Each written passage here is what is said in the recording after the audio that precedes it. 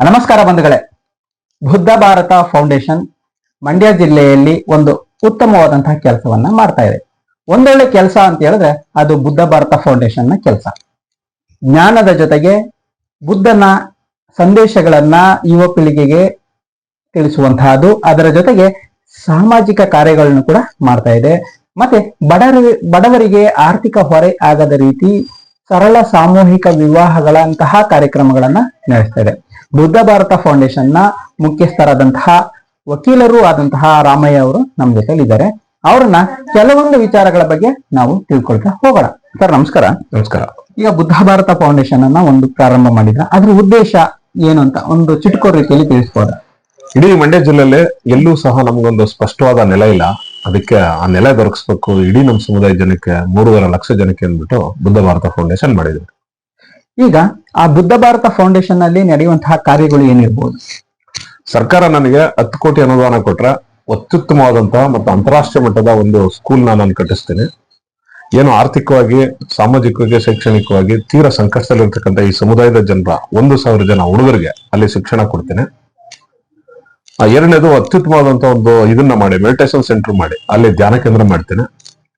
ಮತ್ತೆ ಮೂರನೇದು ಅಲ್ಲಿಗೆ ಸಿಕ್ಬೇಕಂತ ಶಿಕ್ಷಣ ವ್ಯವಸ್ಥೆ ಇರ್ಬೋದು, ಆರೋಗ್ಯ ವ್ಯವಸ್ಥೆ ಇರ್ಬೋದು, ಮತ್ತೆ ಹಣಕಾಸಿನ ವ್ಯವಸ್ಥೆ ಇರ್ಬೋದು, ಮತ್ತೆ ಈ ಜನರ ಸಾಮಾಜಿಕ, ಆರ್ಥಿಕ, ಶೈಕ್ಷಣಿಕ ವ್ಯವಸ್ಥೆಗೆ ಪೂರಕವಾದಂತಹ ಒಂದು ಕಟ್ಟಡಗಳನ್ನ ಕಟ್ಟಿಸಿ ಇಡೀ ಸಮಾಜಕ್ಕೆ ಒಂದು ಸ್ಪಷ್ಟ ಸಂದೇಶ ಮಾಡಬೇಕು. ನಮ್ಗೆ ಯಾವುದೇ ವಿಧದ ಜಾತೀಯತೆ, ಅಸ್ಪೃಶ್ಯತೆ ಆಚರಣೆ, ಮೇಲು ಕೀಳಿನ ತಾರತಮ್ಯ ನಮಗಿಲ್ಲ, ನಾವೆಲ್ಲ ಬುದ್ಧಿಸ್ಟ್ ಅಂತಕ್ಕಂಥದ್ದು ಹೇಳ್ಬೇಕು ಅಂದ್ಬಿಟ್ಟು ನಾನು ಸೆಂಟರ್ ಮಾಡ್ತಾ ಇದ್ದೆ. ಈಗ ಆ ಬುದ್ಧ ಭಾರತ ಫೌಂಡೇಶನ್ ಜೊತೆಗೆ ಒಂದು ಜ್ಞಾನ ಕೇಂದ್ರವನ್ನ ಮಾಡ್ತಾ ಇದ್ದೀರಾ. ಆ ಜ್ಞಾನ ಕೇಂದ್ರಕ್ಕೆ ಜಮೀನನ್ನ ಸರ್ಕಾರ ಕೊಟ್ಟಿದೆ ಅಥವಾ ನಿಮ್ಮ ಸ್ವಂತ ಜಮೀನು? ಅದು ಸುಮಾರು 2 ಕೋಟಿ ಬೆಲೆ ಬಾಳುತ್ತೆ. ಅದನ್ನ ಈಗ ಆಲ್ರೆಡಿ ನಾನು ಸರ್ಕಾರಕ್ಕೆ ಬರೆದಿದ್ದೀನಿ, ಬುದ್ಧ ಭಾರತ ಫೌಂಡೇಶನ್ ಇರ್ತಾ ಮಾಡಿದ್ದೀನಿ.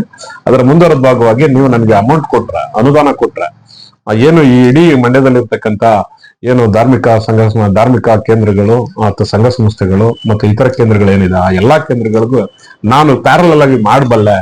ನನ್ನ ಜನಕ್ಕೆ ಒಂದು ಸ್ವಾಭಿಮಾನ ಮತ್ತು ಸ್ವಾವಲಂಬನೆಯ ಮತ್ತು ಘನತೆಯ ಬದುಕನ್ನ ನಾನು ಕಟ್ಕೊಡ್ಬಲ್ಲೆ ಅಂತ ಹೇಳ್ಬಿಟ್ಟು ನನ್ನ ಜಮೀನನ್ನ ನಾನು ರಿಸರ್ವ್ ಮಾಡಿದ್ದೀನಿ ಸರ್ಕಾರಕ್ಕೆ. ಅವ್ರ ಅನುದಾನ ಕೊಡ್ತು ಅಂತಂದ್ರ ನಾನು ಅಲ್ಲಿ ಕಟ್ಟಡಗಳ ಕಟ್ತೀನಿ. ಈಗ ಸ್ವಂತ ಜಮೀನನ್ನ ಯಾಕೆ ಕೊಡ್ಬೇಕಾಯ್ತಂತ? ಈಗ ಸರ್ಕಾರ ಕೇಳಿದ್ರೆ ಕೆಲವೊಂದು ಖಾಸಗಿ ಜಮೀನಿನ ಜೊತೆಗೆ ಸರ್ಕಾರಿ ಜಮೀನನ್ನು ಕೂಡ ಕೊಡುತ್ತೆ. ಕೆಲವೊಂದು ಸಂಘಟನೆಗಳಿಗೆ, ಮಠಗಳಿಗೆ ಜಮೀನನ್ನು ಕೊಡ್ತಾ ಇದೆ. ನೀವ್ ಯಾಕೆ ಕೇಳಬಾರ್ದು ಅಂತ ಕೇಳ್ದ. ಅಯ್ಯೋ ಇಲ್ಲಿ ಯಾರು ಕೊಡ್ಲಿಲ್ಲ. ಮ್ಯಾಕ್ಸಿಮಮ್ ಟ್ರೈ ಮಾಡ್ದೆ. ಜಿಲ್ಲಾಡಳಿತಕ್ಕೆ ಪರಿಪರಿಯಾಗಿ ಬೇಡ್ಕೊಂಡೆ, ನಗರಸಭೆಯವ್ರು ಕೇಳ್ದೆ, ಮತ್ತೆ ಮೂಡೋದವ್ರು ಕೇಳ್ದೆ, ಇವೆಲ್ಲೂ ಇಲ್ಲ ಅಂತ ಅಂತಾರೆ. ಮತ್ತೆ ಇಲ್ಲಿ ನಾವು ಖರೀದಿ ಮಾಡ್ಬೇಕು ಅಂತಂದ್ರೆ ಕನಿಷ್ಠ ಒಂದು 20 ಲಕ್ಷ 50 ಲಕ್ಷ ದುಡ್ಡು ಬೇಕು. ಅಷ್ಟು ದುಡ್ಡು ನಮ್ಮ ಹತ್ರ ಇಲ್ಲ. ನಾವೆಲ್ಲ ಬಡತನದಿಂದ ಬಂದವರು. ಅಸ್ಪೃಶ್ಯತೆ ಆಚರಣೆನ ಆಸಿ ಒದ್ಕೊಂಡು ಅದೆಲ್ಲವನ್ನು ಸೀಳಿ ಮೇಲ್ ಬಂದವರು.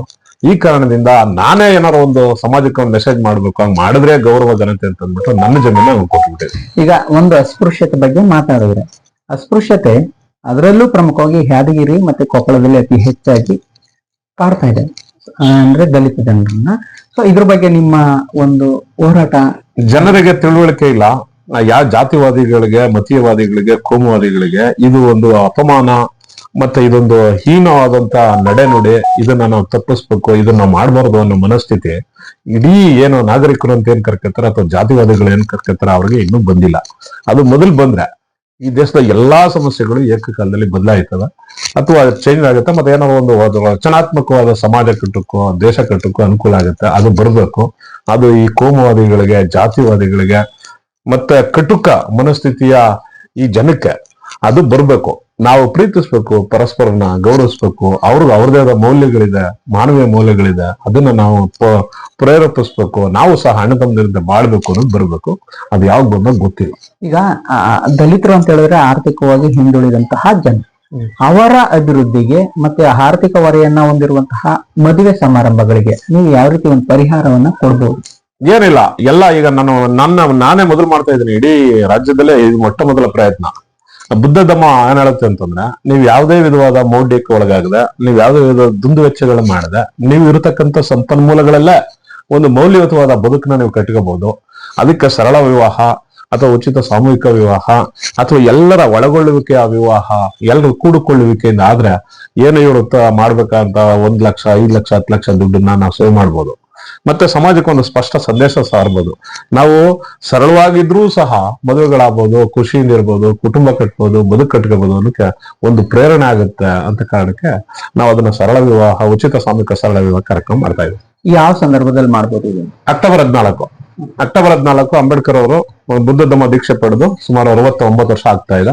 ಅದರ ನೆನಪಿಗಾಗಿ ಮತ್ತೆ ಮುಂದುವರೆದು ಇಡೀ ಜನಕ್ಕೆ, ಯಾರು ಮಾನವರು ಅಂತ ಏನ್ ಕರ್ಕತ್ತೀವಿ ಅಥವಾ ಏನು ಬುದ್ಧ ಧಮ್ಮ ಅನುಯಾಯಿಗಳು ಅಂತ ಏನ್ ಕರ್ಕತ್ತೀವಿ, ಈ ಮೂಲ ನಿವಾಸಿಗಳ ದೇಶ ಭಾರತದಲ್ಲಿ ಇರ್ತಕ್ಕಂಥ ಪ್ರತಿ ಮಾನವರಿಗೂ ಬುದ್ಧ ಅಂದ್ರೆ ಯಾರು, ಅವರ ಸಿದ್ಧಾಂತಗಳು ಏನಿತ್ತು, ಅವರ ತತ್ವಾದರ್ಶಗಳೇನಿತ್ತು, ಅವರನ್ನು ಯಾಕೆ ಏಷ್ಯಾದ ಸಾಕ್ರೆಟಿಸ್ ಅಂತ ಕರೀತಾರೆ ಅಂತಕ್ಕಂಥದ್ದಕ್ಕೆ ಒಂದು ಸ್ಪಷ್ಟ ಸಂದೇಶ ರವಾನೆ ಮಾಡ್ಬೇಕು ಆ ದಿನ ಅಂದ್ಬಿಟ್ಟು ಅಕ್ಟೋಬರ್ 14 ಬೆಳಿಗ್ಗೆ 10 ಗಂಟೆಗೆ ನಾವು ಎಷ್ಟು ಜನ ಬರ್ತಾರೋ ಎಲ್ಲಾ ಸಮುದಾಯದ ಯುವಕರಿಗೆ ವಿವಾಹ ಮಾಡ್ಬೇಕು ಅಂತ ತೀರ್ಮಾನ ಮಾಡಿದ್ವಿ. ಅದು ಸರಳವಾಗಿರುತ್ತಾ, ಯಾವ್ದು ಆಡಂಬರ ಇರಲ್ಲ, ಯಾವುದೇ ದುಂದು ವೆಚ್ಚಗಳು ಇರಲ್ಲ. ಈಗ ಆ ಸರಳ ವಿವಾಹದಲ್ಲಿ ಮದುವೆ ಆಗ್ಬೇಕಂದ್ರೆ ಯಾರನ್ನ ಸಂಪರ್ಕ ಮಾಡ್ಬೇಕು? ನನ್ನ ಕಾಂಟ್ಯಾಕ್ಟ್ ನಂಬರ್ ನಾನು ನಿನ್ನೆ ದಿನ ಪ್ರೆಸ್ ಮೀಟ್ ಅಲ್ಲಿ ನಾನು ಹೇಳಿದ್ದೀನಿ. ಮತ್ತೆ ನನ್ನ ಕಾಂಟ್ಯಾಕ್ಟ್ ನಂಬರ್ ಇದೆ, ನನ್ನನ್ನು ಭೇಟಿ ಮಾಡ್ಬೋದು. ಇಲ್ಲ ನಮ್ಮ ಸೆಂಟರ್ ಇದೆ ನೇರ್ಲಿಕ್ಕಿರಲಿ, ಅಲ್ಲಿ ಸೆಂಟ್ರಲ್ಲಿ ಎಲ್ಲಾ ಟೈಮಲ್ಲಿ ಒಂದು ಹುಡುಗ ಇರ್ತಾನೆ, ನಮ್ಮ ಹುಡುಗ, ನಮ್ಮ ಅಣ್ಣನ ಮಗ, ಅವನ್ ಭೇಟಿ ಮಾಡ್ಬೋದು. ಈಗ ಹೆಚ್ಚು ಸಾಮಾಜಿಕ ಜಾಲತಾಣದಲ್ಲಿ ನಮ್ಮೆಲ್ಲಾ ವ್ಯವಹಾರಗಳು ಈ ತರ ಪಾಸ್ ಆಯ್ತಾ ಇರೋದ್ರಿಂದ ಅವ್ರು ಯಾರೇ ಇದ್ರು ಇಲ್ಲಿ ಮಂಡ್ಯ ನಿಯರ್ ಬೈ, ಇಡೀ ಮಂಡ್ಯ ಜಿಲ್ಲೆಯಲ್ಲಿ ವಿಶೇಷವಾಗಿ ನನ್ನ ಸಮುದಾಯ ಯಾರು ಪರಿಶಿಷ್ಟ ಜಾತಿ ವರ್ಗ ಮತ್ತೆ ಇತರ ಶೋಷಿತ ಸಮುದಾಯದ ಜನ ನಮ್ಗೆ ಕಾಂಟ್ಯಾಕ್ಟ್ ಮಾಡಿದ್ರೆ ಅವ್ರು ಯಾವುದೇ ವಿಧವಾದ ಹೆಚ್ಚಿನ ಹಣಕಾಸಿನ ಹೊರ ಇಲ್ಲದೆ ಅವ್ರನ್ನ ಅತ್ಯಂತ ಏನು ಸರಳವಾಗಿ ಮದುವೆ ಮಾಡಿ ಕಳಿಸ್ಕೊಡಕ್ಕೆ ನಾನು ವ್ಯವಸ್ಥೆ ಮಾಡ್ತೀನಿ. ಮುಂದುವರೆದು ನಮ್ಮ ಬಾಂತೆಗಳು, ನಮ್ಮ ಬೋಧಿದತ್ತ ಬಾಂತೆ ಇರ್ಬೋದು, ಮನೋರಕ್ಷಿತ ಬಾಂತೆ ಇರ್ಬೋದು, ಧಮ್ಮವೀರ ಇರ್ಬೋದು, ನಮ್ಮ ಸ್ಫೂರ್ತಿ ಧಾಮ ಇರ್ಬೋದು, ನಮ್ಮ ಇವ್ರು ಇರ್ಬೋದು, ಬೆಂಗಳೂರಿನ ಮಹಾಬೋಧಿ ಸೊಸೈಟಿ ಇರ್ಬೋದು, ಇವರೆಲ್ಲರ ಒಂದು ಒಳಗೊಳ್ಳುವಿಕೆಯಿಂದ ನಾನು ಹಿಂಗೆ ಮಾಡ್ತಾ ಇದ್ದೀನಿ ಅಂತ ಹೇಳಿ ಇವತ್ತಿನಿಂದಲೇ ಅಥವಾ ನಿನ್ನೆಲ್ಲೇ ನಾನು ಪ್ರಾರಂಭ ಮಾಡಿದ್ದೇನೆ. ಮತ್ತೆ ಇಲ್ಲಿ ಜಿಲ್ಲಾಡಳಿತದವರ ಹೆಲ್ಪ್ನು ತಗೋತೀನಿ. ಅದು ಸಮಾಜ ಕಲ್ಯಾಣ ಇಲಾಖೆ, ಹಿಂದುಳಿದವರ ಕಲ್ಯಾಣ ಇಲಾಖೆ ಮತ್ತು ಧಾರ್ಮಿಕ ದತ್ತಿ ಇಲಾಖೆ ಮುಖ್ಯಸ್ಥರ ಜೊತೆ ನಾವು ಮಾತಾಡಿ ಇಷ್ಟು ಜನ ಹುಡುಗ ಹುಡುಗಿರಿಗೆ ಮದುವೆ ಆಯ್ತಾರ, ಇದನ್ನ ನಾವೇ ಮಧ್ಯದಲ್ಲಿ ನಿಂತು ಮಾಡಿಸ್ತಾ ಇದೀವಿ, ನಿಮ್ಗೆ ಏನ್ ಸಹಾಯ ಆಗ್ಬೋದು ಅದನ್ನ ಮಾಡಿ ಅದನ್ನ ಸಕ್ಸಸ್ ಮಾಡೋಣ ಅಂತ ರಿಕ್ವೆಸ್ಟ್ ಮಾಡ್ತೇವೆ. ಇದು ಬುದ್ಧ ಭಾರತ ಫೌಂಡೇಶನ್ ನ ಮುಖ್ಯಸ್ಥರಾದಂತಹ ರಾಮಯ್ಯನವರ ಮಾತು.